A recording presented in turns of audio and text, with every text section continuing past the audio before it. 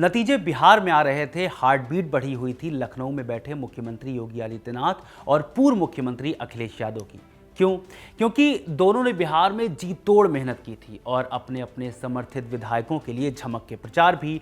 हालांकि ये इकलौता कारण नहीं है। बिहार विधानसभा के नतीजे पूर्वांचल की राजनीतिक हवाओं को बदलने का दम रखते हैं और फिर साल 2027 में उत्तर प्रदेश के चुनाव भी हैं। माने हर कोई जानना चाहता है कि उत्तर प्रदेश के इन दो दिग्गजों में आखिर बिहार में बाजी मारी किसने। चलिए शुरू करते हैं। बात रैलियों की करें तो योगी आदित्यनाथ ने 31 और अखिलेश यादव ने 22 सीटों पर प्रचार किया। इंतजार के बाद जब नतीजे आए तो योगी आदित्यनाथ यहां भी भारी पड़ गए।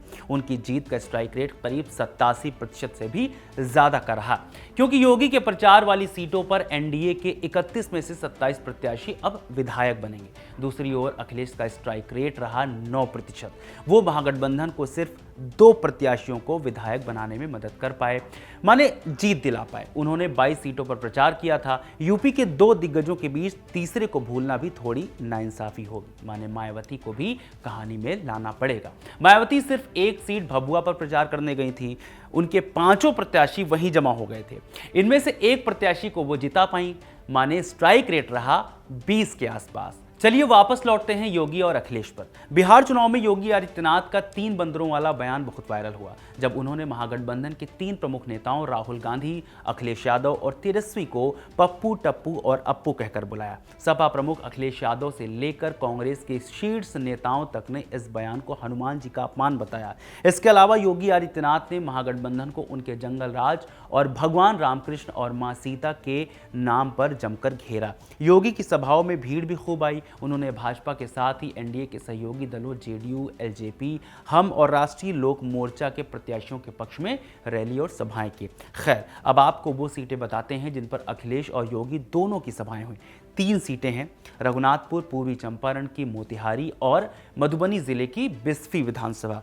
इसमें अखिलेश यादव भारी पड़े। रघुनाथपुर और बिस्फी सीट आरजेडी ने जीत ली, जबकि मोतिहारी पर भाजपा ने जीत दर्ज की। अखिलेश ने छपरा में भोजपुरी गायक खेसारी लाल यादव के समर्थन में सभा की थी, लेकिन रिजल्ट आया तो खेसारी भी जीत नहीं पाए। जबकि सिवान के बाहुबली बेटे शहाबुद्दीन के बेटे ओसामा साहब की रघुनाथपुर सीट पर भी प्रचार किया था। हालांकि ओसामा जीतने में सफल रहे। मुख्यमंत्री योगी ने विपक्षी दलों को मूल मुद्दों से हटकर व्यक्ति विरोध की रणनीति पर उतरने को मजबूर किया।